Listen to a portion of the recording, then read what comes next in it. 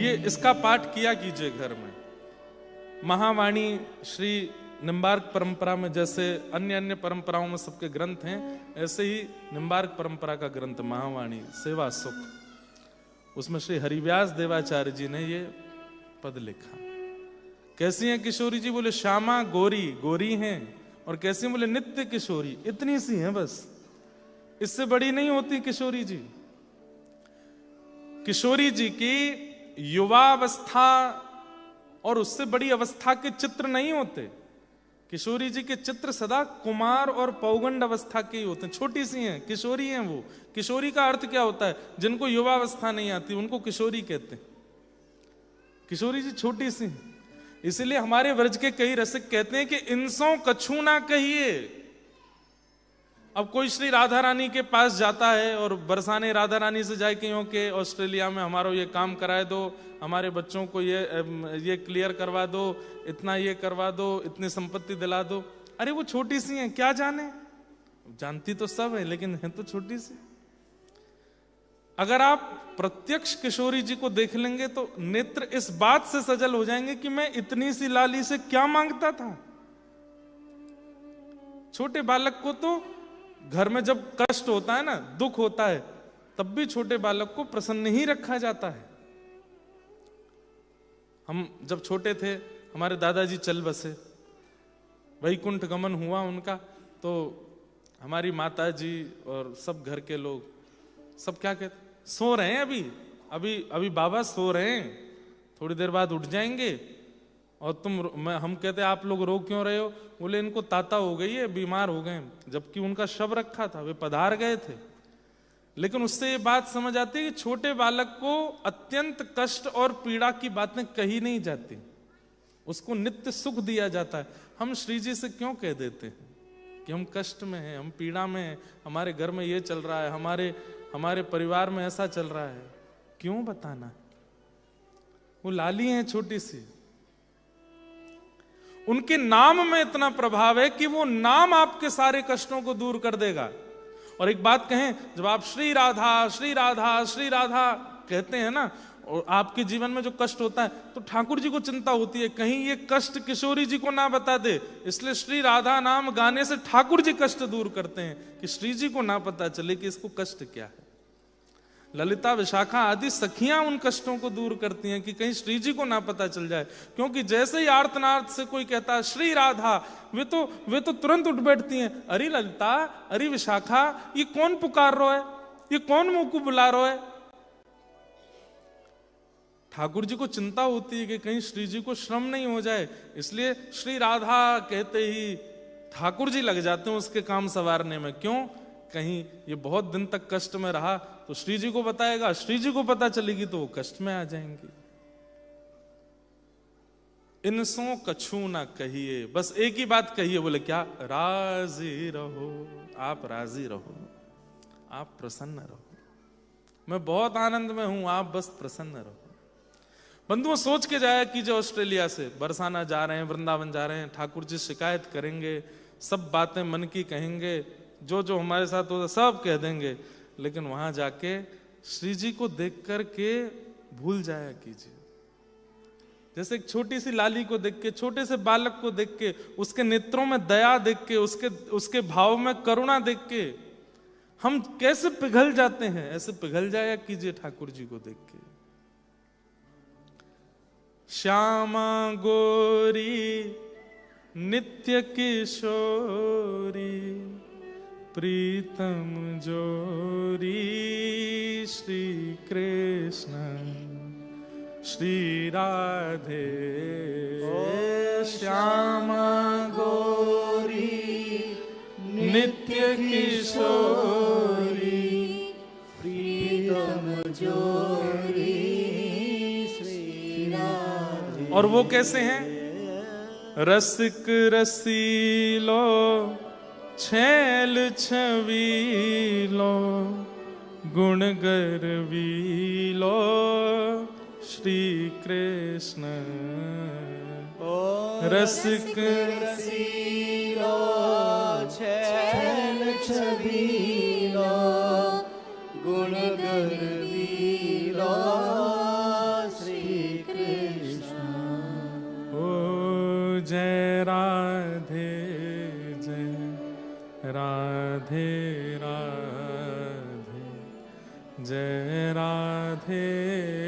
जय श्री राधे, जय राधे, जय राधे राधे, जय राधे, जय श्री राधे। ओ जय कृष्ण जय कृष्ण कृष्ण, जय कृष्ण जय श्री कृष्ण, जय कृष्ण जय कृष्ण कृष्ण, जय कृष्ण जय श्री कृष्ण। जय राधे, जय राधे राधे, जय राधे, जय श्री राधे, जय राधे, जय राधे राधे, जय राधे, जय श्री श्री हरि व्यास देवाचार्य जी, जिन्होंने ये पद रचना की, अनेक पद हैं इनके भी महावाणी में, इनका चरित्र भी बहुत सुंदर है। अब पूरा चरित्र तो हम कभी सुनाएंगे, पर ये अपने गुरुदेव से दीक्षा लेने के लिए गए तो इनके गुरुदेव ने इनसे पहला प्रश्न किया, सब लोग ध्यान से सुनो, इधर देखो, कि बताओ, हमें देख के बताओ क्या दिखाई दे रहा है। तो इन्होंने कहा, गुरुदेव आपने श्वेत वस्त्र पहने हैं, सिर पर सुंदर तिलक धारण किया है, और आपकी यहाँ पर करुआ जी रखे हैं, नीचे आसन बिछा है, और इधर राधा कुंड है, इधर श्याम कुंड है, पीछे गिरिराज जी हैं, और आपके ऐसे केश हैं, ऐसे कान हैं, ऐसी आंख हैं, सब बता दिया। गुरु जी बोले दीक्षा नहीं देंगे, जाओ गिरिराज जी की परिक्रमा लगाओ 11, उसके बाद देंगे। इन्होंने गिरिराज जी की 11 परिक्रमा लगाई। 11 परिक्रमा लगा के जब लौट के आए, 2-3 दिन लगे, पाँव में छाले पड़ गए। गुरुदेव को आके प्रणाम किया। गुरुदेव ने कहा, अब बताओ क्या दिख रहा है। गुरुदेव आपने आज सुंदर तिलक धारण किया है, आज पीला चंदन भी लगाया है, और आप में से सुंदर सुगंधी आ रही है, इस समय इत्र लगाया है, और अब ये सोचने लगे कुछ एक्स्ट्रा बताऊं, ये मेरे को फिर भेज देंगे नहीं तो। इन्होंने 2-3 बातें और बताई। बोले सुनो, 11 परिक्रमा और लगा के आओ, जाओ। इतने व्याकुल हो गए बेचारे, गिरिराज जी से प्रार्थना करें, रज को प्रणाम करें, और सबसे कहें मैं कितना अभागा हूं, मुझे गुरुदेव दीक्षा क्यों नहीं देते। तीसरी बार जब आए तो गुरुदेव ने फिर पूछा, क्या दिख रहा है। अब ये इतने गौर से देखें कि ऐसा है क्या जो मैं देख नहीं पा रहा हूं। इन्होंने 1-2 बातें और बढ़ा करके गई। गुरुदेव बोले, जाओ जाकर। गुरुदेव आप दीक्षा देते क्यों नहीं हो। बोले, लाला जब तक दृष्टि की बात नहीं पता चलेगी मैं नहीं दूंगा। अब की बार तो ये रोते बिलखते हुए गिरिराज जी से प्रार्थना करें। मानसी गंगा में स्नान कर रहे हैं तो स्नान ही कर रहे हैं, गिरिराज जी की शिलाओं का आलिंगन कर रहे हैं तो आलिंगन में ही पड़े हैं, और बस सबसे रो रहे हैं कि मेरे गुरुदेव स्वीकार क्यों नहीं कर रहे हैं। अब की बार जब परिक्रमा लगा करके लौटे, गुरुदेव को आके जैसे ही प्रणाम किया, गुरुदेव ने पूछा क्या दिख रहा है। प्रणाम करके आपने जैसे ही शीश उठाया, तब क्या देखते हैं कि गुरुदेव की एक तरफ गोद में ठाकुर जी और दूसरी तरफ श्री जी विराजमान है। दोनों युगल गोद में बैठे हैं। नेत्र पुलकित हो गए, अब शब्द नहीं बोल पा रहे हैं, हाथ कांप रहे हैं और पूरे अंग पर रोंगटे खड़े हो रहे हैं। गुरुदेव बोले, क्या दिख रहा है। तो खूब प्रयास करें लेकिन शब्द प्रकट ना हो, बहुत मुश्किल से कहे कि आपकी श्री गोद में दोनों युगल सरकार विराज रहे हैं। गुरुदेव ने कहा, अब दीक्षा देंगे, आओ। मतलब मानव बुद्धि दिख रही है गुरु के प्रति तो दीक्षा नहीं दे रहे हैं।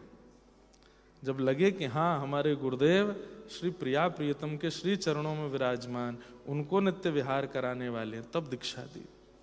उन्होंने ये पद की रचना की। तो ऐसे संकीर्तन, अब देखिए भंडार तो भरा पड़ा है हम लोगों के पास में मुक्त होने का, लेकिन हम होना ही नहीं चाह रहे हैं। संसार इतना प्रिय लगने लग गया है कि यहां से जाना ही नहीं चाह रहे हैं। पर हमारी बात को आज नहीं तो कल सीरियसली ले लीजिएगा। यह संसार, हमारी बात मत लीजिए सीरियस, मीराबाई की लो। यह संसार सकल जग झूठा, झूठा कुल रानाता। ये संसार सकल जग झूठा, झूठा कुल रानाता। सांचे कौन फिर? मीरा के प्रभु गिरधर नागर, मीरा के प्रभु गिरधर नागर, मीरा के प्रभु नटवर नागर, मीरा के प्रभु नटवर नागर। हरि चरणा चितराची गिरधर जन्म मरण रासा थे। गिरधर जन्म मरण रासा थे। हो याए नाय बिसरू में दिन राती, हो याए नाय बिसरू में दिन राती। गिरधर जन्म मरण रासा थे। गिरधर जन्म मरण रासा। एक ही है बस, बिन गोपाल को नहीं अपनो। सब झूठे हैं संसार में। हम नीचे आके तो नहीं बोल सकते, लेकिन यहां बैठ के सब बोल सकते। सब झूठे। कोई भी आपके साथ केवल और केवल और केवल और केवल स्वार्थ से जुड़ा है। उसका कोई काम सिद्ध हो रहा है आपसे, चाहे वो आपके परिवार का ही व्यक्ति क्यों नहीं है। और ये बात सब जानते हैं, मेरे बताने की कोई आवश्यकता नहीं है। कभी प्रयास करना जबरदस्ती नालायक बनने का। जानते हैं नालायक किसको कहते हैं? जो किसी लायक ना हो। एक बार कोशिश करो, समर वेकेशन हो, विंटर वेकेशन, वेकेशंस में करोगे तो काय बात के नालायक। जब वेकेशन पूरी हो जाए, घर में पड़ जाओ और जानबूझ के ऐसी क्रियाएं करो कि आप किसी लायक ही नहीं हो। गाड़ी चला रहे गए तो टिकट कटवाया है, बच्चों ने कहा कि माँ कुछ बना के खवा दो तो भोजन बिगाड़ दो, पति ने कहा चाय बना दो तो नमक डाल दो, सासू माँ कहें कि कपड़े धो लाओ उसमें पूरे रंग रोगन कर लाओ। कोई मतलब सब जगह ऐसा कर दो कि भाई सब कहें कि ये तो किसी काम का है ही नहीं। फिर देखो योजनाएं बनने लगेंगी आपको त्यागने की, किसी काम के नहीं है।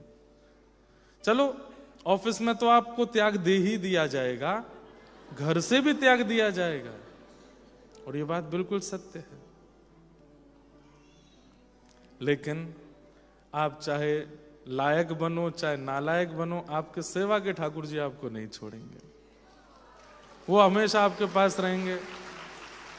आप उनको बढ़िया कस के पोशाक पहना दो तो ये चूं भी नहीं करेंगे कि मेरे को दब रहा है। आप उनको खूब बढ़िया वाली पोशाक पहना दो तो भी कुछ नहीं कहेंगे। बढ़िया 56 भोग पवा दो तो राजी हो जाएंगे, और बढ़िया मिर्च विर्च डाल के जो है बिल्कुल बेस्वाद भोजन करा दो तो कुछ नहीं कहेंगे। हमेशा आपके संग रहेंगे। भगवान से किसी ने पूछा कि आपको कभी चिंता होती है? ठाकुर जी बोला एक ही चिंता रहती है मुझे। क्या? मानव की, कि ये अपना कल्याण कर ले कैसे भी बस। ये जब गलत क्रिया करता तो ठाकुर जी को बुरा इसलिए नहीं लगता कि तुम गलत करो। ठाकुर जी कह रहे हैं ये करके गलत फिर फंसेगा संसार में। लेकिन जब भजन करते हैं, कि एक कोई मुझसे बोल रहा था कि हम भगवान का नाम गाएं, आप लोग कहते हैं कथा वक्तागण ठाकुर जी का नाम गाओ, किशोरी जी का नाम गाओ, भगवान इतने ज्यादा अपने नाम को सुनने के आदी क्यों हैं? ठाकुर जी को अपना नाम सुनना अच्छा लगता है, और वैसे हम सबको ज्ञान दे रहे हैं कि नाम के पीछे मत भागो, अपना ऐश्वर्य ज्यादा करने की प्रतीक्षा। मैंने कहा ठाकुर जी अपना नाम सुन के खुश नहीं होते। ठाकुर जी जब देखते हैं कि मेरा नाम गा रहा है तो ठाकुर जी को यह प्रसन्न होते कि अब ये अपना कल्याण कर लेगा, क्योंकि नाम में व्यस्त है तो गलत क्रिया की ओर नहीं जाएगा, और गलत क्रिया नहीं करेगा तो पुनरपि जन्म इसका नहीं होगा। इसलिए ठाकुर जी प्रसन्न होते हैं। उनका नाम सुनने, वो कोई नाम सुनने के शौकीन थोड़े ही हैं। ठाकुर जी को यह प्रसन्नता होती कि चलो अपना कल्याण कर रहा है, अब ये मेरे पास आएगा। जैसे आपका कोई बहुत प्रिय, वो अपनी वीजा फाइल डाल देता है, प्रोसेस में चल रहा है, तो आप कितने एक्साइटेड रहते हैं, अब आएगा, इसका वीजा आएगा, ये वीजा आएगा, फिर ये टिकट लेगा, ये उतर के आएगा। जब वो लैंड करता है आपके ऑस्ट्रेलिया में, तो हवा में भी सुगंधी लगने लगती है, जो प्रिय कोई आता है। उस समय रेड लाइट भी कष्टदायी लगने लगती है, उस समय सब कुछ प्रिय लगने लगता है जब आपका कोई। ऐसे ही ठाकुर जी प्रतीक्षा कर रहे हैं, मेरी, आपकी, हम सब की। बस वो चाहते हैं कि हम अपना कल्याण करके आ जाएं उनके पास। इसी उद्देश्य से हम कथा करते हैं, इसी उद्देश्य से आप सुना करो, और कोई उद्देश्य मत रखिए। हजारों लोग बैठे हैं, समझ में ये बात 10-20 को ही आ रही है, लेकिन 10-20 भी सुधर जाएं तो ठीक है। अगले वर्ष फिर से आने का मैं प्रयास करूंगा। मुझे पास समय तो आ गया है कि 1 जून से 3 जुलाई के बीच में समय है। ऑस्ट्रेलिया, न्यूजीलैंड आ सकते हैं। बाकी ये सब निर्णय ठाकुर जी के ऊपर होते हैं। अगर आना हुआ तो इन्हीं समय में आएंगे अगले वर्ष। अच्छा, अगली बार हमने ये भाव रखा है कि हम 3-3 दिन के ये शॉर्टकट टूर नहीं करेंगे। अगली बार 7-7 दिन के हों, लेकिन उसमें एक बात और भाव रखा है। एक जगह का तो फिक्स कर दिया, मेलबर्न में अष्ट सखाओं की वार्ता। मेलबर्न में हमारे श्री जी बाबा के अष्ट सखा सूरदास, नंददास, कुम्मनदास, शीत स्वामी, परमानंद दास, गोविंद दास आदि आदि इन अष्ट सखाओं की चर्चा। सिडनी में भागवत कथा, और तीसरी जगह अभी फाइनल देखते हैं, एडिलेड भी हो सकता है, कोई और भी हो सकता है, पर्थ वाले भी चिल्ला रहे हैं यहां भी आओ। तो तीसरी जो जगह होगी वहां भक्तमाल करेंगे। भक्तमाल तो अलग अलग विषय हो जाएंगे। भागवत जी यहाँ पर, अष्ट सखा मेलबर्न में, भक्तमाल तीसरी जगह, और फिर न्यूजीलैंड भी जाएंगे तो हो सकता है राम कथा न्यूजीलैंड में करें। तो ये सब क्रम बन सकते हैं। पर अब ऑस्ट्रेलिया के साथ साथ नॉर्थ अमेरिका भक्ति पथ भी एक्टिव हो रहा है इस साल से। इस साल 11 और 12 अगस्त टोरंटो में 2 दिन का सत्र है नॉर्थ अमेरिका भक्ति पथ। वहां पर पहली बार किसी कथा में 2 दिन में 10,000 रजिस्ट्रेशन हुए हैं। इतने वैष्णव आने वाले। फिर यूएस वीजा का वेट कर रहे हैं पूरी टीम का, वो भी हो जाएगा तो फिर यूएस में तो वहां पे भी समय देना है। भारत वाले कहेंगे यहां से भाग जाओ, वहीं रहो विदेशों में, तो वो भी ध्यान रखना है। तो ऐसा करेंगे। पर मेरा पता है क्या, मैं ये कोई आपको बहुत ज्यादा सिंपैथी लेने के लिए नहीं कह रहा। मेरे को कभी कभी मन होता है कि कभी कभी गैप देना चाहिए, एक आध बीच में होना चाहिए।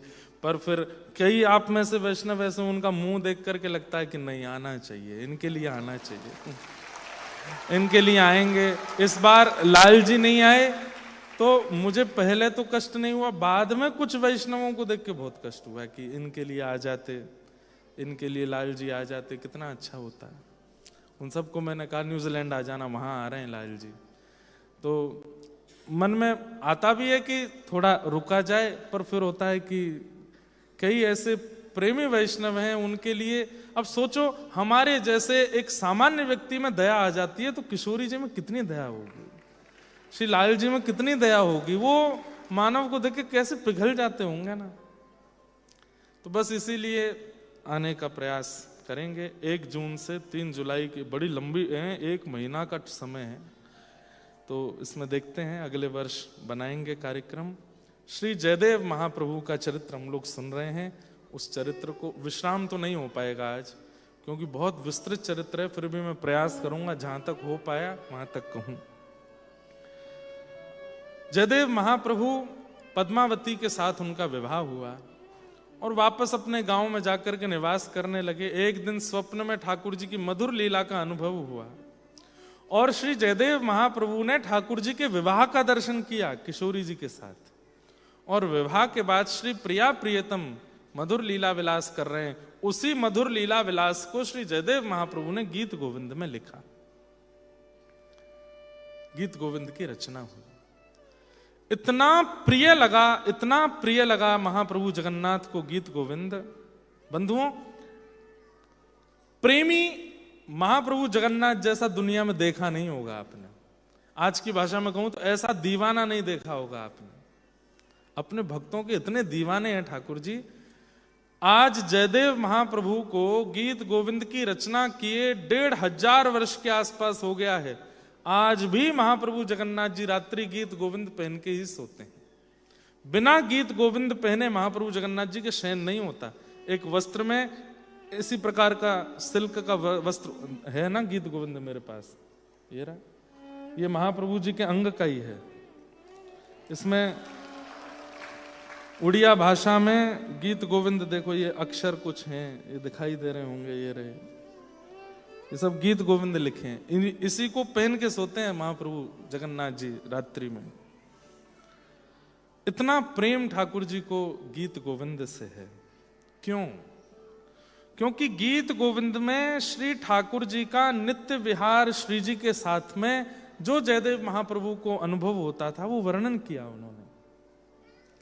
अच्छा, एक बात मैं स्पष्ट कर दूं, गीत गोविंद प्रारंभिक भक्तों के लिए नहीं है।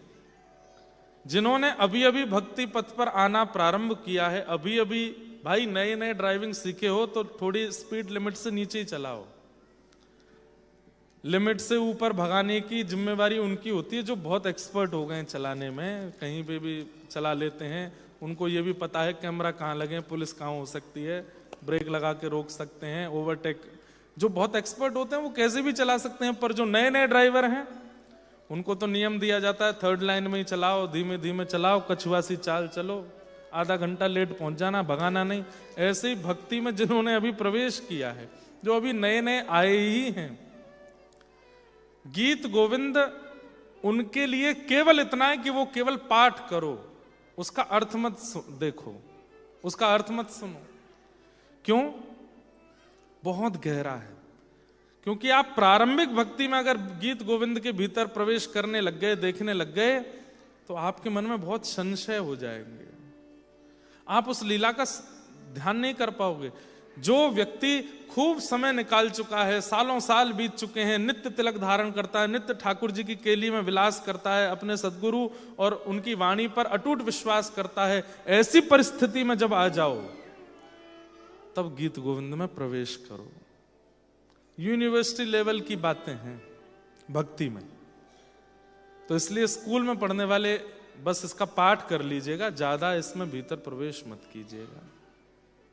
क्योंकि ठाकुर जी और श्री प्रिया जी की नित्य केली है, नित्य विलास है।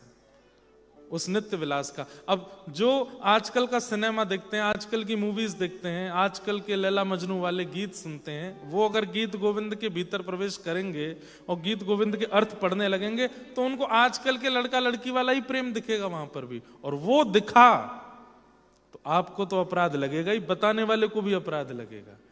इसलिए ये अपराध मत कीजिएगा, गीत गोविंद का पाठ करो। और जब श्री प्रिया प्रियतम का नित्य विलास ही आपका सर्व सुख बन जाए, बस अब और कहीं मन है नहीं, उनके नित्य विहार में ही हमारी रुचि है, तब गीत गोविंद के अर्थों को समझने का प्रयास करना, तब सुख मिलेगा। महाप्रभु जगन्नाथ गीत गोविंद से अति प्रसन्न हो गए। गीत गोविंद का धीरे धीरे इतना प्रचार हो गया कि उत्कल राष्ट्र में लगभग सब लोगों को गीत गोविंद याद होने लगे। जा करके सब महाप्रभु जी के सामने गीत गोविंद का पाठ करते हैं और श्री जगन्नाथ जी अति प्रसन्न होते। गीत गोविंद इतना सुंदर है,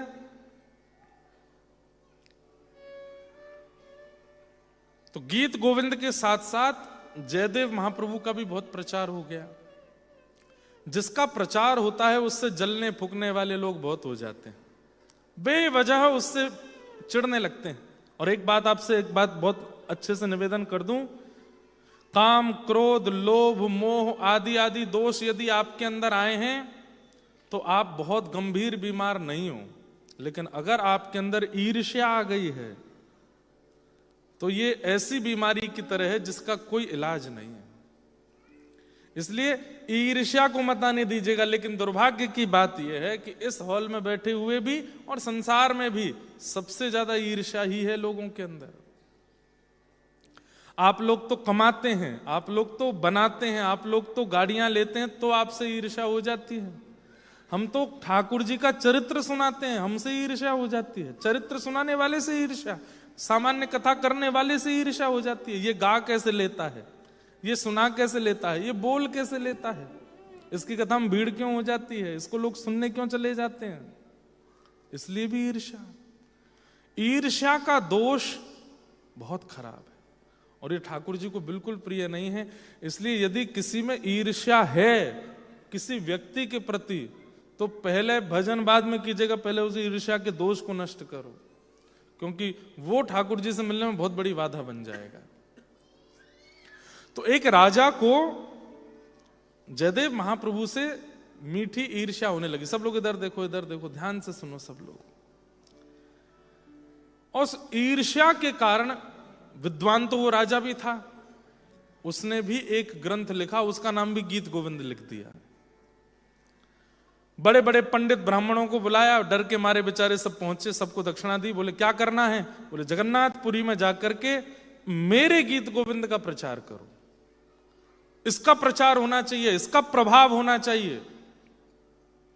उन ब्राह्मणों ने गीत गोविंद पढ़ने के बाद में राजा से कहा कि भगवान आपने बहुत अच्छा लिखा है, लेकिन जयदेव महाप्रभु के द्वारा विरचित गीत गोविंद में शब्द भी हैं,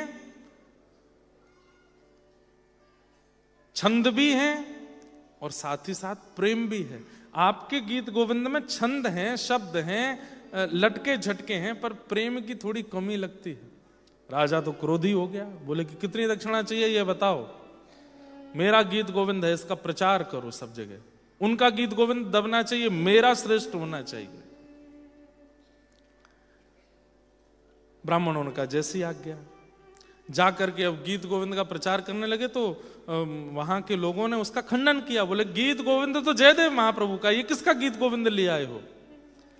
ये विवाद इतना ज्यादा बढ़ने लगा कि इस विवाद में जयदेव महाप्रभु के गीत गोविंद का पाठ करने वालों की टोली एक हो गई और उस राजा के डर से करने वाले प्रचार की टोली एक हो गई।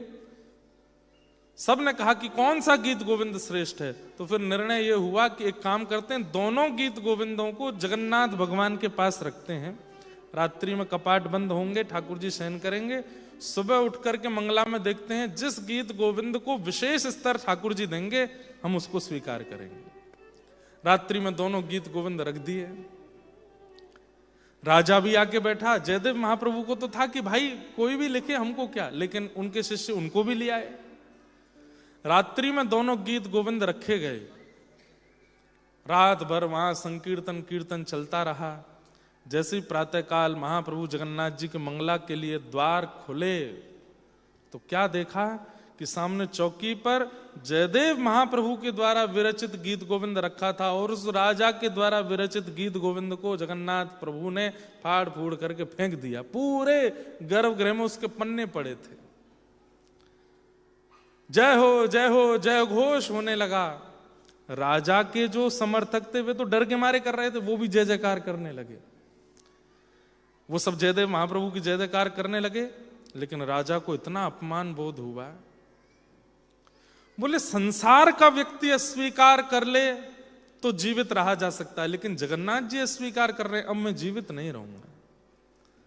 और आप, वो राजा तुरंत दौड़ा समुद्र की ओर प्राण त्यागने के लिए। महाप्रभु जगन्नाथ जी बोले, है तो ये भी भक्त, लिखा तो इसने भी कुछ है, लेकिन मुझे प्रिय नहीं लगा, उसमें मैं क्या करूं। उसने वो तो दौड़ रहा था अपने प्राण त्यागने के लिए, तो महाप्रभु जगन्नाथ एक ब्राह्मण का रूप धारण करके पहुंचे और जाकर के रोका। राजन, महाप्रभु जी ही गए, जगन्नाथ जी ही गए, क्या कर रहे हो। बोले, महाप्रभु जगन्नाथ जी ने मेरे गीत गोविंद को स्वीकार करना तो दूर की बात, उसके पन्ने फाड़ दिए, अब मैं जीवित नहीं रहूंगा। तब उस ब्राह्मण ने कहा, देखो तुमने एक अपराध किया, एक नहीं 2 अपराध किए। क्या? पहला अपराध, तुम ठाकुर जी के वैष्णव के प्रति प्रतिस्पर्धा कर रहे हो, कंपटीशन कर रहे हो उससे। अरे उसने गीत गोविंद जगन्नाथ जी को रिझाने के लिए लिखा, लेकिन तुमने गीत गोविंद लोक रंजन के लिए लिखा, जगत को रिझाने के लिए लिखा। तो 2 अपराध ये हुए कि एक तो भगवान के भक्त से प्रतिस्पर्धा, और दूसरा किसी भाव का निर्माण जन को रिझाने के लिए, ठाकुर जी को रिझाने के लिए नहीं। आप कैसे कह सकते हैं इस बात को? तो बोले कि जब गीत गोविंद की रचना जयदेव ने की, सबसे पहला जाकर के महाप्रभु जी को सुनाया। तुमने सुनाया? राजा बोला, मैंने तो नहीं सुना। तुमने क्या किया? ब्राह्मणों को बुलवा करके अपना गीत गोविंद पढ़वाया कि अच्छा है कि नहीं, अच्छा है तो इसका प्रचार करो। तुमने महाप्रभु जी को सुनाया? तब उस राजा ने कहा, अब मैं क्या करूं? बोले, अपना एक काम करो, जयदेव महाप्रभु के पास जाओ और उनके गीत गोविंद में एक एक श्लोक अपने हृदय का जोड़ दो, बस यही हो सकता है, गीत गोविंद तो उन्हीं का ही रहेगा। तो राजा बोला कि इतना सब गहन चिंतन बताने वाले आप कौन हो? मैंने आपको पहले तो देखा नहीं, यहां पे आप कौन हो? इतने में ही मंद मुस्का गए ठाकुर जी, और इनकी मुस्कान में ही पता चल जाता है ये कौन है। जैसे ही मंद मंद मुस्काए, राजा बोला, कौन है प्रभु, कौन है आप? तुरंत महाप्रभु जगन्नाथ प्रकट हो गए और प्रकट होकर के राजा को कहा, मैं किसी को अस्वीकार नहीं करता, मैं किसी का त्याग नहीं करता, मैं तो सबको चाहता हूं कि सब मेरे पास जयदेव की तरह सब गीत गोविंद लिखें, लेकिन तुमने जो भूल की वो सुधार दी है, अब जाओ। तब वो राजा गए और जयदेव महाप्रभु के चरणों में जाकर के प्रणाम किया, और प्रणाम करके उन्होंने फिर गीत गोविंद के पाठ, तब से नियम बन गया क्या, नित्य महाप्रभु जगन्नाथ जी का शयन गीत गोविंद से ही होता है। और केवल महाप्रभु जगन्नाथ का नहीं, बद्रीनाथ में बद्री विशाल भगवान का, द्वारिका में द्वारिकाधीश जी का, यहाँ जगन्नाथ भगवान का, दक्षिण में श्रीरंगनाथ भगवान का, सबका शयन गीत गोविंद से ही होता है। चारों दिशाओं में भारत के गीत गोविंद से ही ठाकुर जी का शयन होता है। कभी बद्री विशाल जाओ, रात्रि में आप जाकर के जब शयन का दर्शन करोगे तो गीत गोविंद गाया जाता है, दशावतार स्तुति गाई जाती है, वो भी जयदेव महाप्रभु की है, उसी से शयन होता है। हाँ, एक बार बहुत सुंदर लीला है। क्या? सुता एक माली जू, माली की जू, बैगन की बारी माज, तोरे बन माली गावे, कथा सग 5 की, डोले जगन्नाथ पाछे, काछे अंग मही झंगा, आछे कही घूमे सुधी, आवे विहाच की। बहुत सुंदर लीला है, सुनो। एक माली की बेटी थी, माली जानते हैं, जो खेती बाड़ी करें, बाग बगीचा लगावें, पुष्प लगावें। सब लोग ध्यान से सुनो, इधर देखो। उनकी बेटी रोज जगन्नाथ जी का दर्शन करने जाती थी, और उसी समय एक महापुरुष वहां बैठ करके गीत गोविंद गाते थे, और वो छोटी सी लाली अपने पाम में छोटे छोटे नूपुर पहन के जाती, और वो गीत गोविंद जब गाते थे तो वो वहां ठाकुर जी के आगे दोनों भुजा उठा के ऐसे घूम घूम के नृत्य करती थी। तब इतनी भीड़ नहीं होती थी महाप्रभु जी के सामने। रोज जाते जाते उस लाली ने उन पंडित जी के द्वारा गाए गए उस गीत गोविंद के सर्ग को याद कर लिया, रट लिया उसको। अब वो क्या करती है, अब जब कोई चीज नई नई याद होती है ना, तो व्यक्ति उठता बैठता खाता पीता उसको गाता ही रहता है। अब वो छोटी सी लाली क्या कर रही है? सुता एक माली की लाली, जो बैगन के बारी मांझ, बैगन के बगीचे में तोरे बन माली गावे, वहां पर बैगन तोड़ते हुए, पुष्प तोड़ते हुए वो गीत गोविंद गाती है, और गीत गोविंद का 5वां सर्ग गाती है। 5वां सर्ग कौन सा है? रति सुख सारे गतम अभिसारे मदन मनोहर वेशम। मुझे बहुत प्रिय है ये, जैसे श्रत कमला कुछ बहुत प्रिय है, ऐसे ये भी बहुत प्रिय है। भोपाली।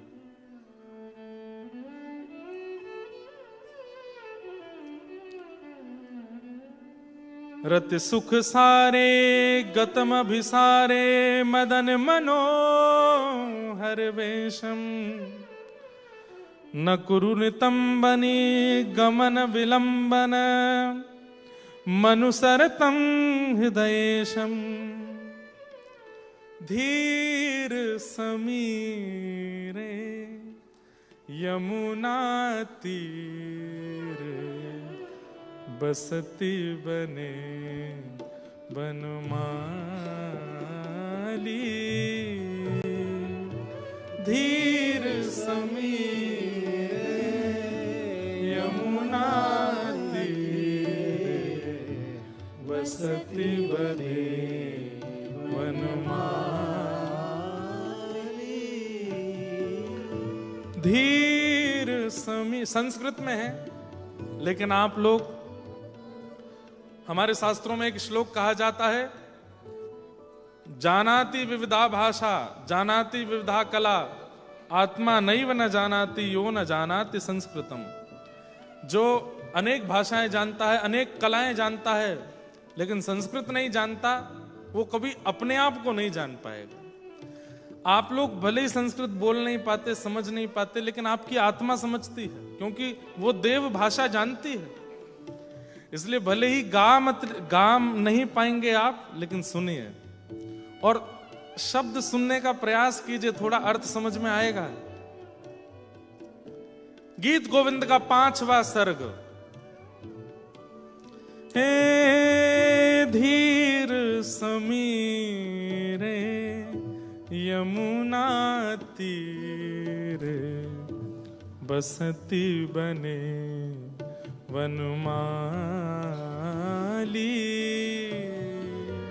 धीर समीरे यमुना तीर, बसती बने वनमाली।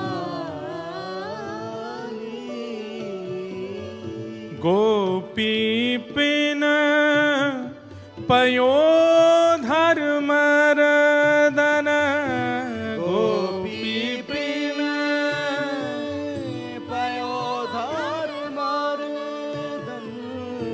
चंचल कर युगशाली। चंचल कर युगशाली। हे धीर समीरे यमुना तीर, बसती बने वनमाली।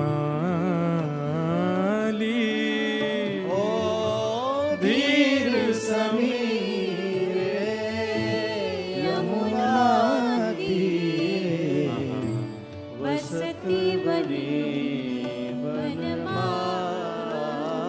बैगन के बगीचे में छोटी सी लाली, और बैगन के बगीचे में कभी कहीं कांटे लगे हैं, कहीं गड्ढे हैं, कहीं नीचे से बेल के नीचे से जाना पड़ता है, और वो चलती फिरती यही गा रही है। वहां महाप्रभु जगन्नाथ श्री मंदिर में बैठे बैठे झूम रहे हैं, रोक नहीं पा रहे। बलभद्र सुभद्रा जी कह रहे हैं, कहाँ बे हो लाला? बोले मैं तो जा रहा हूं। बोले कहाँ? अरे एक छोटी सी लाली इतना सुंदर गा रही है, मेरा मन रह नहीं पा रहा है, मैं सुनवे जाऊंगा। जैसे आपकी पूर्व की कोई बहुत सुंदर याद है और उस याद को कोई रिकॉल करा रहा है, तो आप जाके बैठ जाओगे वहां पर। आजकल हम रिकॉल कैसे करते हैं? अपने 10 साल पुराने वीडियोस देखेंगे, फोटोज देखेंगे, उसकी कोई बनी हुई पिक्चर देखेंगे तो हमको अच्छा लगता है ना। ऐसे ही यमुना तट पर संध्या के समय पर वनमाली भेष धारण करके कैसे ठाकुर जी ने लीला की किशोरी जी के साथ, उसको वह छोटी सी लाली गा रही है और महाप्रभु जगन्नाथ दौड़ पड़े मंदिर से। धीर समीरे यमुना तीरे बसती बने वनमाली। धीर समीरे यमुना तीरे बसती बने वनमाली। हे नाम समेतम कृत संकेतम, नाम समेतम कृत संकेतम वादयते मृदुवेणु, वादयते मृदुवेणु। ओ बहुमनुते तनुते तनु संगत, बहुमनुते तनुते तनु संगत पवन चलित मपिरेणु, पवन चलित अपिरेणु। ओ धीर समीरे यमुना तीरे बसती बने वनमाली। धीर समीरे यमुना तीरे बसती बने वनमाली। अब वो माली की छोटी सी लाली गा रही है और ठाकुर जगन्नाथ जी का ये विशाल रूप, उसको नहीं पता कि पीछे ठाकुर जी हैं। आहा, जहां वो जाती है उसके पीछे पीछे जा रहे हैं। डोले जगन्नाथ पाछे काछे अंग मही झंगा, जैसे महाप्रभु जगन्नाथ जी ऐसे साड़ी जैसी पहनते हैं, वो झंगा जो बड़े बड़े वस्त्र पहनते हैं। डोले जगन्नाथ पाछे काछे अंग मही झंगा, आछे कही घूमे सुधी आवे विरहांच की। जैसे कोई थोड़ी पर हाथ लगा करके सुनता है, ऐसे महाप्रभु जी उसको सुन रहे हैं। वो छोटी सी लाली कहीं बेल होती है, कहीं ऐसे जा रहे हैं, वहां कांटे लगे हैं, उसके नीचे घुस जाती है, तो महाप्रभु जगन्नाथ भी उसके पीछे पीछे जा रहे हैं और उसके सुंदर भाव को सुन रहे हैं। इतने में ही मंदिर के घंटे घड़ियाल बजने लगे। महाप्रभु जगन्नाथ जी दौड़ करके वापस मंदिर में आए। जैसे ही पंडा पुजारियों ने द्वार खोल करके देखा तो क्या पाया, महाप्रभु जगन्नाथ जी के वस्त्र फटे हुए हैं, जगह जगह कांटे लगे हुए हैं, ठाकुर जी के श्री अंग पर कीचड़ लगी हुई है और आंखों से दिव्य अश्रुपात हो रहा है। हे धीर समीरे यमुना तीरे बसती बने वनमाली। धीर समीरे यमुना तीरे बसती बने वनमाली।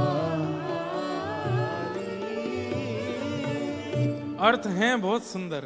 नाम समेतम कृत संकेतम, ठाकुर जी अपनी वेणु को जब बजा रहे हैं तो उस वेणु पर जिस गोपी से मिलना है उसका नाम गा रहे हैं और उस गोपी को सुनाई दे रहा है कि ठाकुर जी मुझे बुला रहे हैं। वो गोपी कोई और नहीं है, श्री किशोरी जी हैं। इतने में ही किशोरी जी कैसे बताएं कि मैं कहां विराज रही हूं, तो आहा, बहु मनुते तनुते तनु संगत पवन चलति मपि रेणुम। अब ठाकुर जी ढूंढ रहे हैं किशोरी जी कहाँ हैं। अब किशोरी जी कैसे बताऊं कि मैं यहां हैं। अब संकोच भी तो, प्रेम में संकोच होता है ना। किशोरी जी चाहें तो बोल सकती हैं श्याम सुंदर मैं यहां हूं, लेकिन आसपास सब सखियां बैठी हैं, इनके सामने बोलने में थोड़ा संकोच हो रहा है। तो क्या करती हैं, पवन बहती है और वो किशोरी जी के श्री अंग का स्पर्श करके उनके अंग की सुगंधी को लेकर के श्री ठाकुर जी को स्पर्श कर देती है।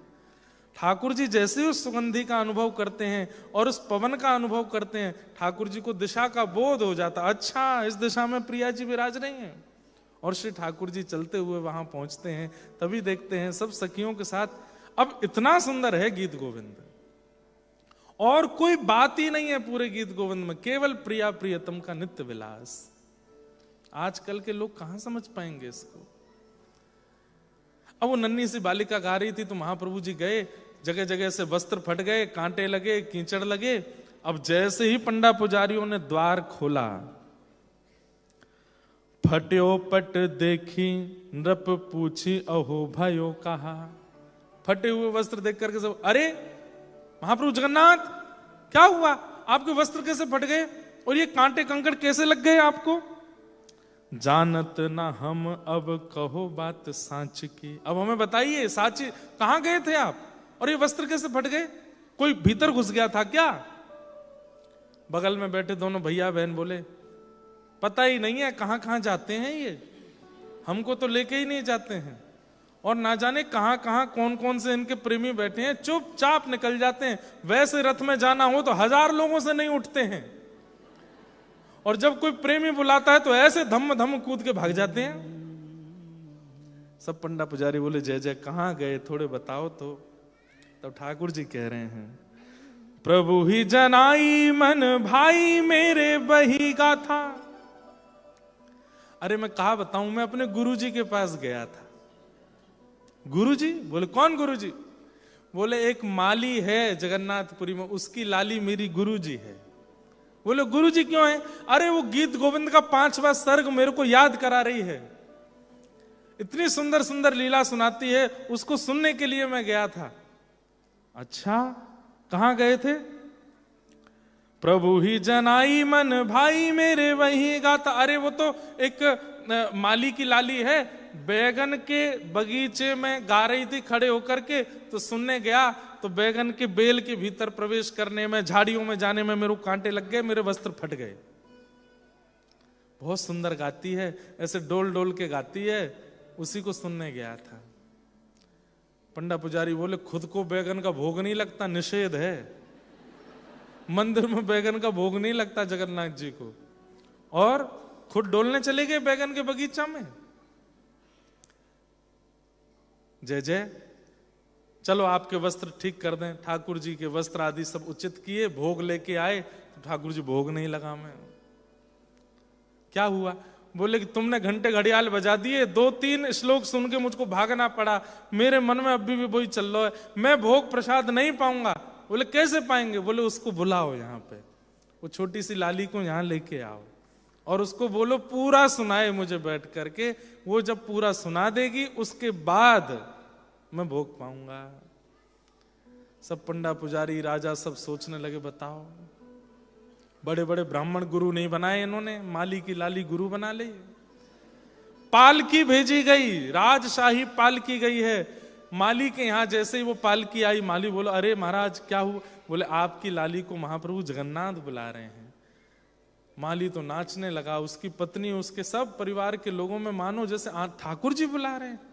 और वो छोटी सी लाली उस पालकी में बैठ करके जा रही है, पूरा जगन्नाथपुरी उस लाली के दर्शन करके निहाल हो रहा है, महाप्रभु जगन्नाथ बुला रहे हैं।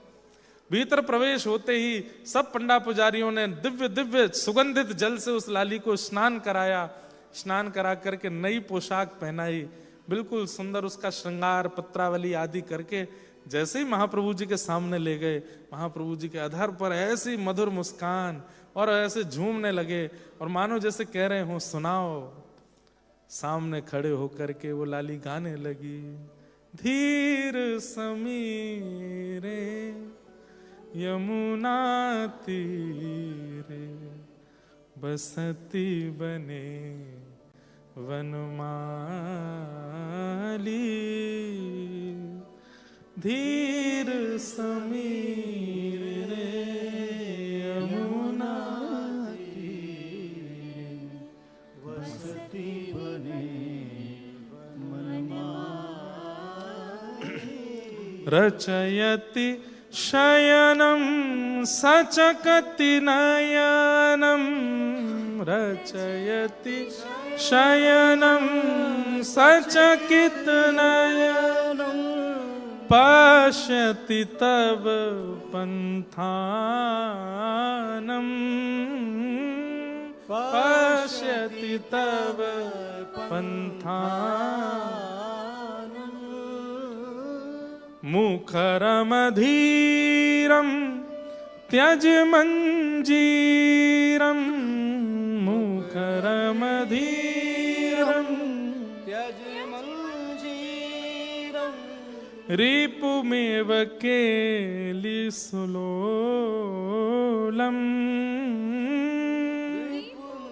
केलिसुलोलम्,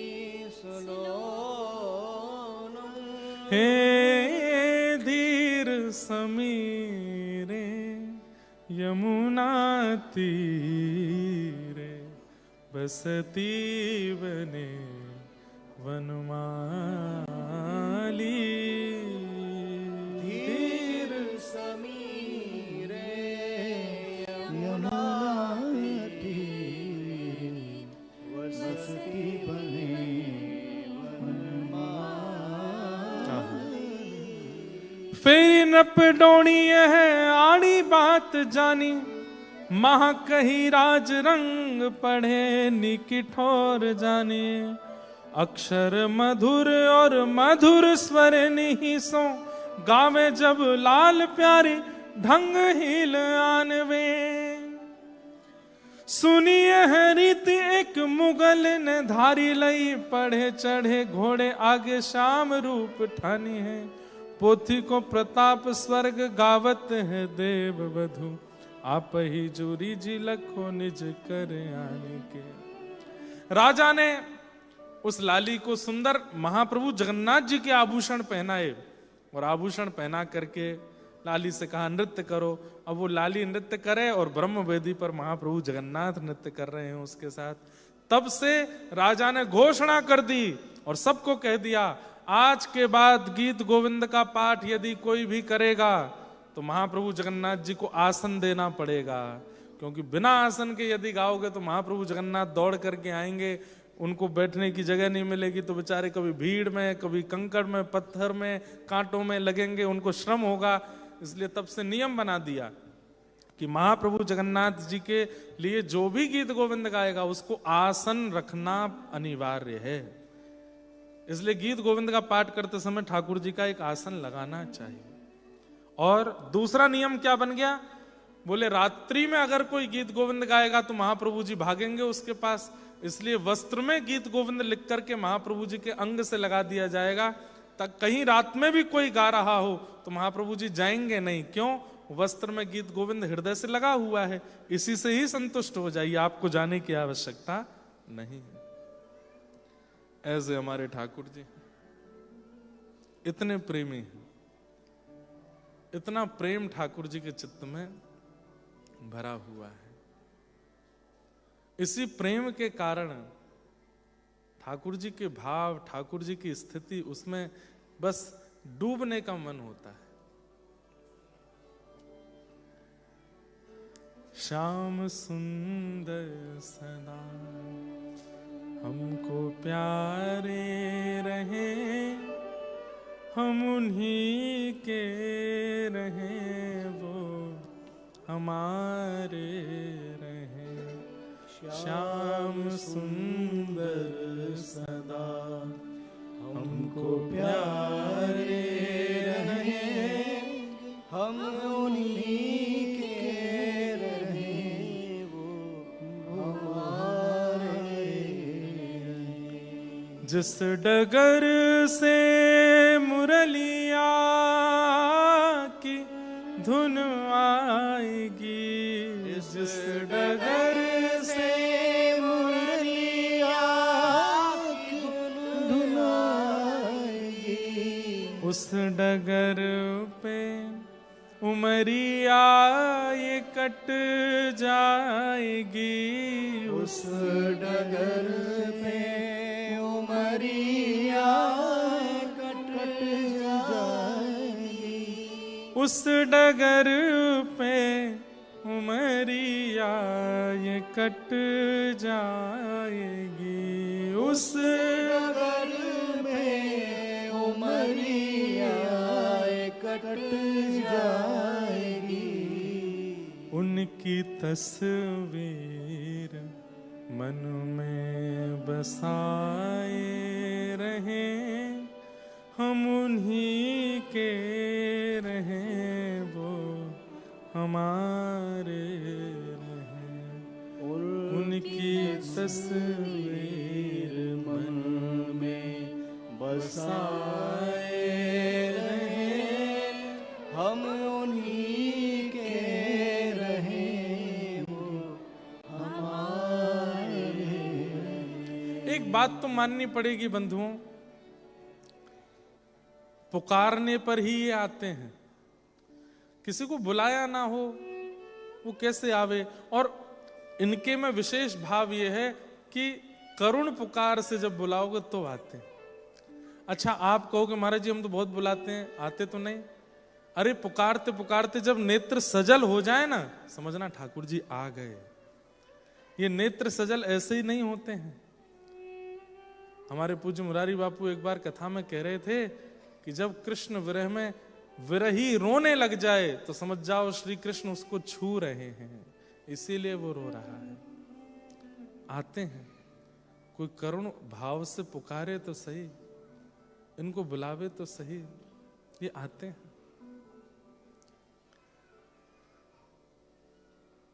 मीराबाई पुकारती हैं ठाकुर जी को, जनाबाई पुकारती हैं, नामदेव पुकारते हैं, तुकाराम जी पुकारते हैं, सूरदास पुकारते हैं। हम पुकारते हैं पर हमारी पुकार में शब्द है, हमारी पुकार में स्वर है, हमारी पुकार में प्रेम नहीं है, वो उत्सुकता नहीं है, इसलिए ठाकुर जी आते नहीं। हमारी पुकार में सब भाव है लेकिन वैसा आकर्षण और प्रेम नहीं कि ठाकुर जी चले आवे।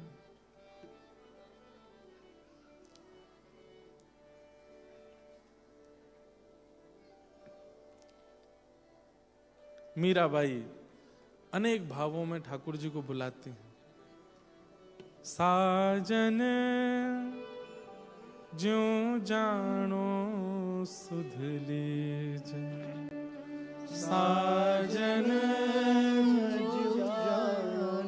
ये मीराबाई का अंतिम पद है, ये जीवन का।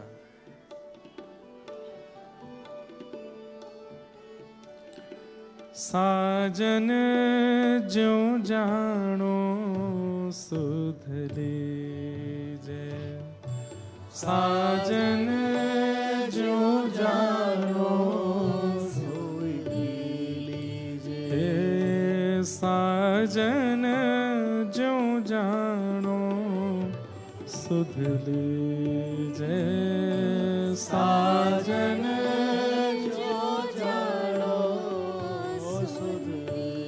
तुम बिन मोरे और न कोई, तुम बिन मोरे और न कोई, हे तुम बिन मोरे और न कोई, तुम बिन और न कोई,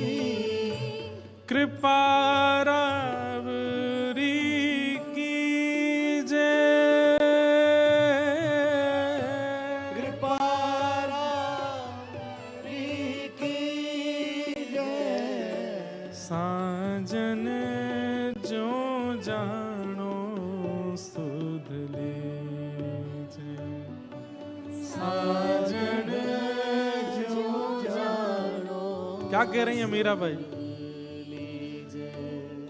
22 की आयु आधी से अधिक हो चुकी है, युवावस्था में ही विधवा हो गई, घर छोड़ दिया, परिवार छोड़ दिया, सब छोड़ दिया, वृंदावन चली गई, वृंदावन से द्वारिका आ गई। अब 22 के जीवन में ऐसी कोई पीड़ा आई कि अब इनको वापस बुलाने आ गए हैं मेवाड़ के लोग। अनशन पर बैठे हैं ब्राह्मण की, यदि 22 वापस नहीं गई तो हम प्राण त्याग देंगे। क्यों? क्योंकि मेवाड़ में भुखमरी हो गई है, वहां पर अनाज नहीं हो रहा है। क्यों? 22 का अपमान किया, वैष्णव अपराध लगा है भूमि को। अब उस स्थिति में मीराबाई सोच रही है कि मैं वापस नहीं जाना चाहती वहां पर जहां मैं सब छोड़ के आई हूं, कैसे चली जाऊं? ब्राह्मण अनशन में बैठे हैं, बच्चे वहां भूखे मर रहे हैं, लोगों की स्थिति खराब है, सब हाथ जोड़ रहे हैं मीराबाई के आगे आके कि आप कृपा करिए, क्षमा कर दीजिए, दोबारा मेवाड़ चलिए। तब 22 कहती है, मैं एक अंतिम बार द्वारिकाधीश से बात करना चाहती हूं, यदि आज उन्होंने उत्तर नहीं दिया तो मैं वापस चल दूंगी। और तब मीराबाई अपने जीवन का अंतिम पद गाती हैं। क्या कह रही हैं? साजन ज्यों जानो सुध लीजो, हे मेरे श्याम सुंदर, आपको जैसे अच्छा लगे मेरी सुध लीजिए। आप चाहते हो कि मैं वापस चली जाऊं, फिर से इस संसार चक्र में पड़ी रहूं, चली जाऊंगी। लेकिन अगर चाहते हो कि मेरा प्रेम स्वच्छंद है तो अब मैंने आज तक जिद नहीं की, पर मैं आज कह रही हूं, अब मुझे स्वीकार करो। तुम बिन मेरे और ना कोई कृपा रावरी कीजिए। मेरी हालत कैसी हो गई है?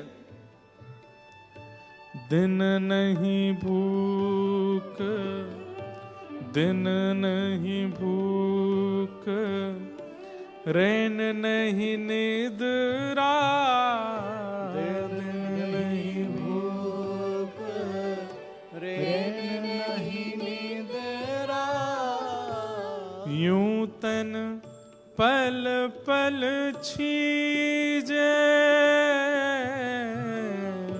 यूं तन पल पल छीजे। हो मीरा के प्रभु गिरधर नागर, मीरा के प्रभु गिरधर नागर, हे मीरा के प्रभु गिरधर नागर, मीरा के प्रभु गिरधर नागर, मिल बिछुड़न मत दीजे, मिल बिछुड़न मत दीजे। हे नाथ, प्यास लगी हो, पानी ना मिले तो कष्ट होता है, लेकिन प्यास लगी हो और पानी अधर पर लाकर के दूर कर लिया जाए, वो तो प्राण ले लेता है नाथ।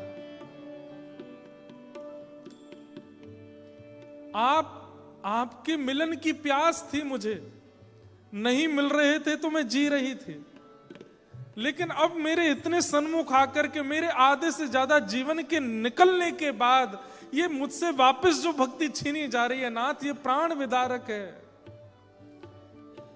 मीरा के प्रभु गिरधर नागर, मीरा के प्रभु गिरधर नागर, हे मीरा के प्रभु गिरधर नागर, मीरा के प्रभु गिरधर नागर, मिल बिछुरन मत दीजे, मिल बिछुरन मत दीजे। ओ साजन जो जानो सुध लीजे, साजन जो जानो सुध लीजे। तुम बिन मोरे और न कोई, तुम बिन मोरे और न कोई। कृपा राब री कीजे, कृपा रावरी कीजे। ओ साजन जो जानो सुध लीजे। साजन जो जानो सुध लीजे। और मीराबाई एक पंक्ति को बार बार गाती हैं, मीरा के प्रभु गिरधर नागर मिल बिछुरन मत दीजिए, मिल बिछुरन मत दीजिए, मिल बिछुरन मत दीजिए, मिल बिछुरन। बार बार जब ये कह रहे हैं कि अब मिल गए हो, अब मुझे दूर मत करो नाथ।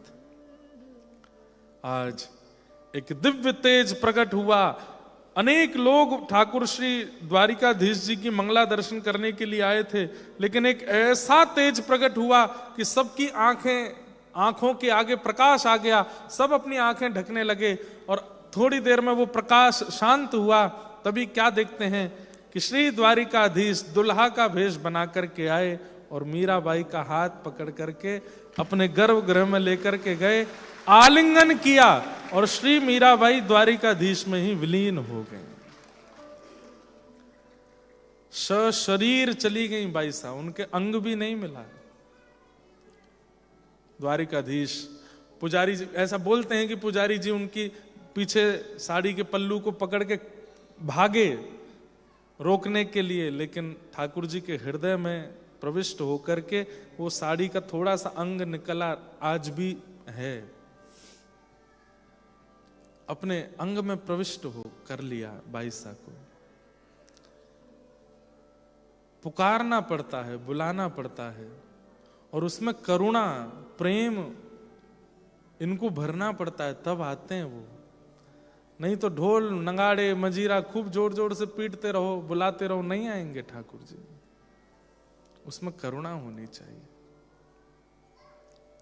गीत गोविंद उस करुणा को प्रदान करने वाला एक विशेष सहायक है।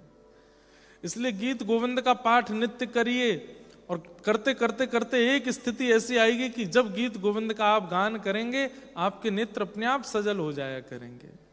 और वही करुणा चाहिए ठाकुर जी को बुलाने के लिए।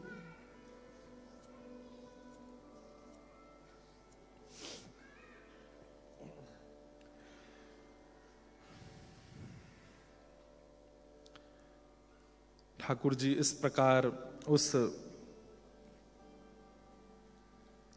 माली की लाली पर रीझ गए। तब से राजा ने नियम बना दिया कि अब कोई भी गीत गोविंद का पाठ बिना आसन लगाए नहीं करेगा। उस समय मुल्तान देश के एक पंडित जी आए हुए थे जगन्नाथपुरी। उन्होंने जगन्नाथपुरी में आकर के देखा गीत गोविंद का इतना प्रचार, गीत गोविंद लेकर के चले गए। मुल्तान में रहते थे, उनके घर के पास में एक मौलवी रहता था, वो खूब बड़े भाव से गाया करते थे। श्रुत कामला कुछ मंडल धृत कुंडल धृत कुंडल कलित ललित वनमाल जय जय देव। अब वो पठान, उसको क्या पता ये क्या गा रहे हैं, लेकिन उसको स्वर इतना अच्छा लगता था।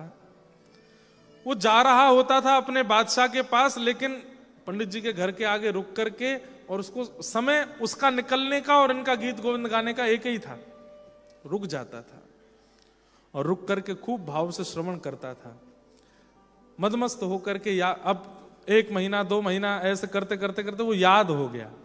एक दिन पंडित जी नहीं थे वहां पर, पंडित जी को विलंब हो गया स्नान ध्यान सेवा में, तो वो गया और वहां खिड़की से झांकने लगा कि आज क्यों नहीं गा रहे हैं।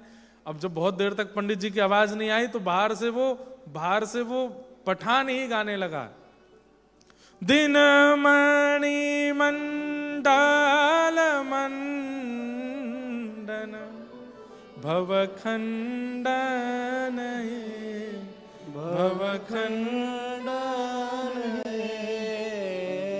यदुकुल नलिन दिनेश जय जय देव हरे।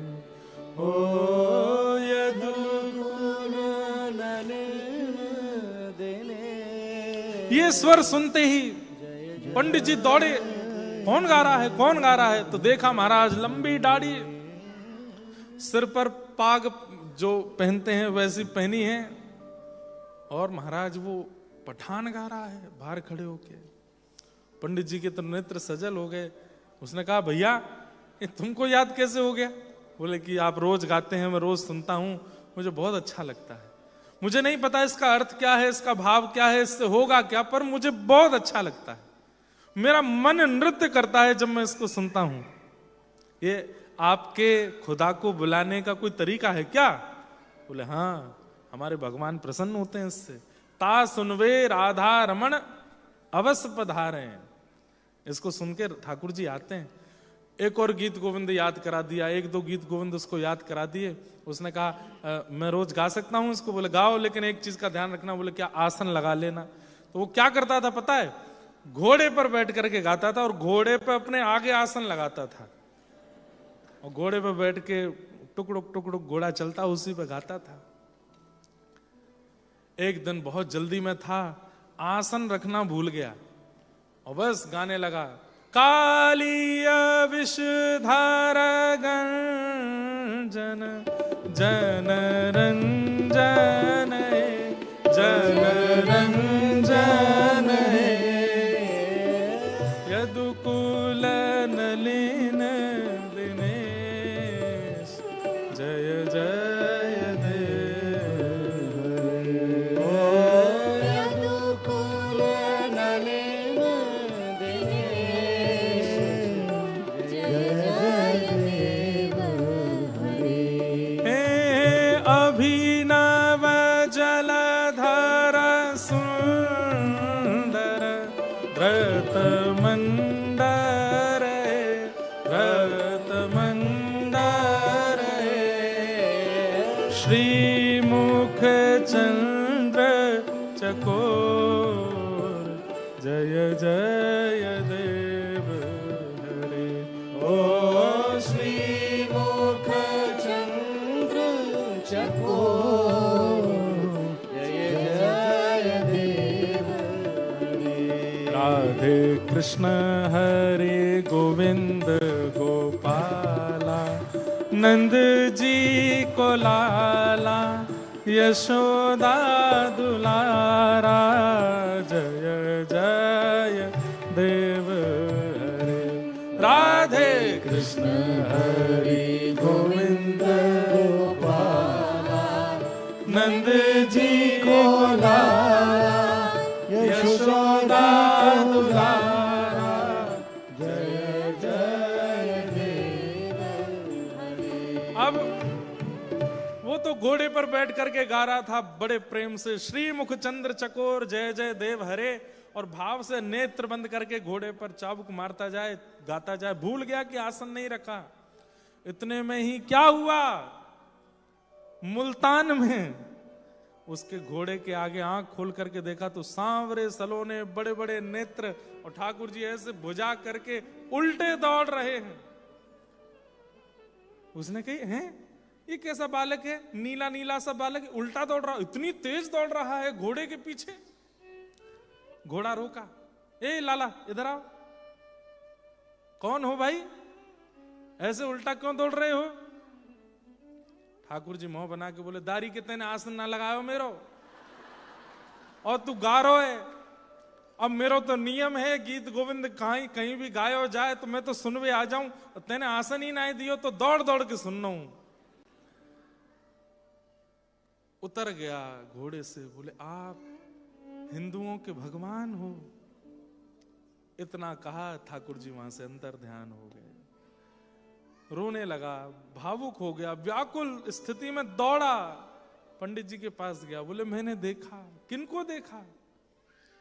बोले उन्हीं को देखा। बोले किनको देखा? बोले अभिनव जलधर सुंदर धृत मंदर ए, जो अभिनव यानी कि गहरे जल के समान जिसके अंग की कांति है, और जो अपनी कन्नी उंगली पर धृत मंदर यानी कि पर्वत को उठाते हैं, श्रीमुख चंद्र चकोर, जो अपनी प्रियश्री श्री राधा रानी को देखने के लिए चकोर बन जाते हैं, उनको मैंने देखा। पंडित जी तो बोले कि मैं इतने दिन से गा रहा हूं, मुझे नहीं दिखे, तुझे दिख गए? कैसे? बोले आसन नहीं रखा था मैंने। आप भी ऐसा मत करना कि आसन बिना रखे गाओ। दौड़ करके मुगल राजा के पास गए, इस्तीफा पत्र दे दिया। बोले क्या करोगे? अरे सेनापति कहां जाओगे पठान जी? बोले अब तो वहीं जाएंगे जहां ये श्याम सुंदर रहते हैं। और सब छोड़ छाड़ करके वृंदावन चले गए, और वृंदावन में यमुना जी के तट पर ब्रज बीथियों में बस यही गीत गोविंद गाते गाते उस मुगल ने, उस पठान ने ठाकुर जी में अपना जीवन अर्पित कर दिया। ऐसे हमारे ठाकुर जी गीत गोविंद से इतना प्रेम करते हैं, इतना प्रिय है ठाकुर जी को।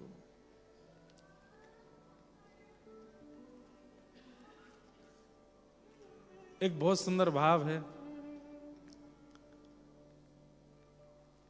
किशोरी मोहे अपनों कर लीजे लाडली। मन में चिंता होती है, माली की लाली को मिल जाते हैं आप, एक पठान को भी मिल जाते हैं भक्ष भक्ष खाने। हम तो उनसे बढ़िया ही हैं, न पठान से तो ठीक ही हैं, उस मौलवी से तो बढ़िया ही हैं। ठीक है, उनकी भक्ति भावना श्रेष्ठ तो होगी, लेकिन हम में नाथ इतनी कमी नहीं है कि जो आप हमसे मिल नहीं रहे हो। थोड़े तो ठीक ही हैं हम। हे नाथ कृपा करो, लेकिन नाथ नहीं कृपा करेंगे तो श्री जी कृपा करेंगे। किशोरी मोहे अपनों कर लीजो लाडली अपनों कर लीजो, जग जंजाल छुड़ाए वास बरसाने को दीजो। किशोरी मोहे अपनों कर, करताल बजा के गाओ, लाडली अपनों कर लीजो, जग जंजाल छुड़ाए वास बरसानों को दीजो। हे किशोरी मोहे द्वारे रख लीजो, लाडली द्वारे रख लीजो, जग जंजाल छुड़ाए वास वृंदावन को दीजो। किशोरी मोहे द्वारे रख लीजो, लाडली द्वारे रख लीजो, जग जंजाल छुड़ाए वास वृंदावन को दीजो। ओ पड़ी रहूं मैं द्वार तिहारे, रसकन दर्शन पाऊं। पड़ी रहूं मैं द्वार तुम्हारे, रसकन दर्शन पाऊं। मंगला के नित दर्शन पाऊं, जीवन सफल बनाऊं। मंगला के नित दर्शन पाऊं, जीवन सफल बना। हे किशोरी मोहे द्वारे रख लीजो, लाडली द्वारे रख लीजो, जग जंजाल छुड़ाए वास वृंदावन को दीजो। किशोरी मोहे द्वारे रख लीजो, लाडली द्वारे रख लीजो, जग जंजाल छुड़ाए वास वृंदावन को दीजो। हे किशोरी मोहे अपनों कर लीजो, लाडली अपनों कर लीजो, जग जंजाल छुड़ाए वास बरसाने को दीजो। किशोरी मोहे अपनों कर लीजो,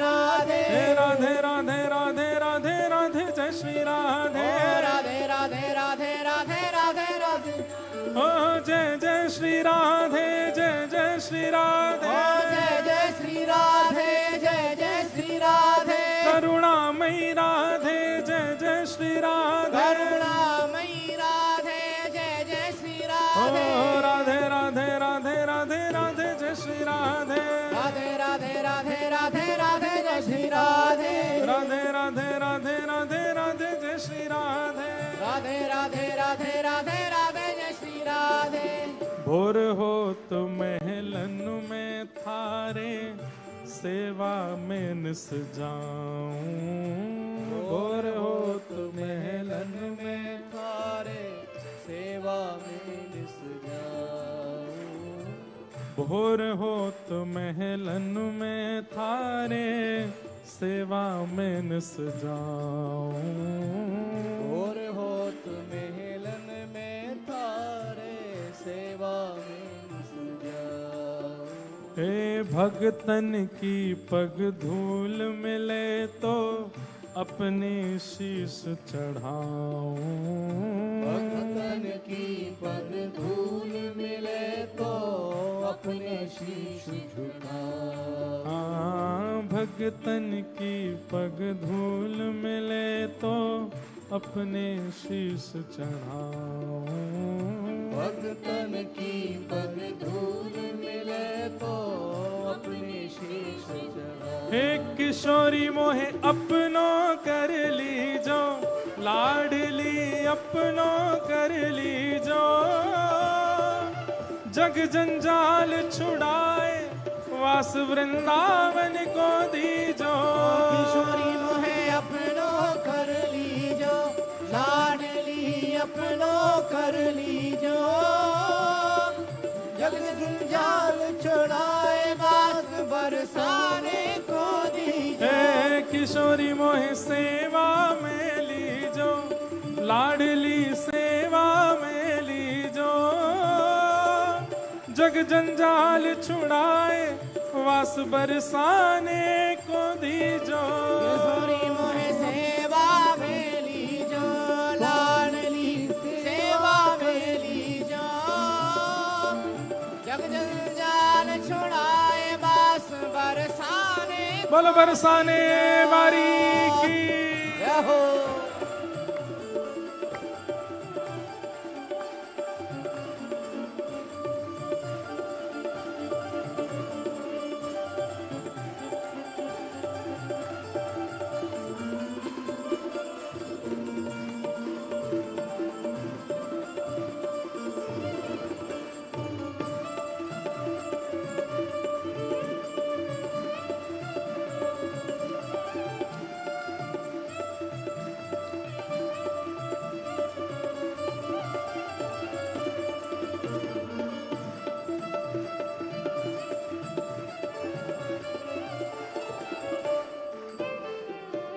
राधे राधे रटू निरंतर राधे के गुण गाऊं राधे राधे रटू निरंतर राधे के गुण गाऊं राधे राधे रटू निरंतर श्यामा के गुण गाऊं राधे राधे रटू निरंतर श्यामा के गुण गाऊं तेरे ही गुण गाए गाए मैं तेरो ही है जाऊं तेरे ही गुण गाए गाए मैं तेरो ही भर जाऊं ओ तेरे ही गुण गाए गाए मैं तेरो ही है जाऊं तेरे ही गुण गाए गाए मैं तेरो ही भर जाऊं हे किशोरी मेरी किशोरी मेरी किशोरी मेरी विनय मान लीजो लाडली विनय मान लीजो जग जंजाल छुड़ाए वास वृंदावन को दीजो किशोरी मेरी विनय मान लीजो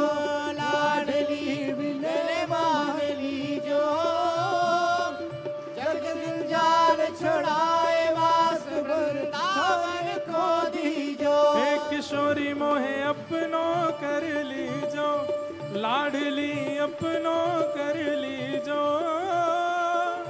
जग जंजाल छुड़ाए वास वृंदावन को दीजो। किशोरी मोहे अपनो कर लीजो, लाडली अपनो कर लीजो। जग जंजाल छुड़ाए वास वृंदावन को दीजो। राधे राधे राधे राधे राधे जय श्री राधे। राधे राधे राधे राधे राधे जय श्री राधे। राधे राधे राधे राधे राधे जय श्री राधे। राधे राधे राधे राधे राधे जय श्री राधे। जय जय श्री राधे, जय जय श्री राधे। जय जय श्री राधे, जय जय श्री राधे। जय जय श्री राधे, जय जय श्री राधे। जय जय श्री राधे, जय जय श्री ओ राधे। जय राधे राधे राधे राधे राधे जय श्री राधे। राधे राधे राधे राधे राधे जय श्री राधे। राधे राधे राधे राधे राधे जय श्री राधे। राधे राधे राधे राधे राधे जय श्री किशोरी राधे। मेरी, किशोरी मेरी, जय हो। किशोरी मेरी बिने मान लीजो, लाडली बिने मान लीजो। जग जंजाल छुड़ाए वास वृंदावन को दीजो। किशोरी मेरी बेने मान लीजो, लाडली बेने मान लीजो। जग जंजाल छुड़ाए वास वृंदावन को दीजो। हे राधा श्री राधा, राधा श्री राधा, श्री राधा श्री राधा, श्री राधा श्री राधा, श्री राधा श्री राधा, श्री राधा श्री राधा। मेरी राधा प्यारी राधा, मेरी राधा प्यारी राधा। श्री राधा राधा, श्री राधा राधा, श्री राधा राधा, श्री राधा राधा, श्री राधा राधा, श्री राधा राधा, श्री राधा राधा। श्री राधा जय राधा, जय श्री श्री राधे, जय जय श्री श्री राधे, राधे, जय जय श्री राधे।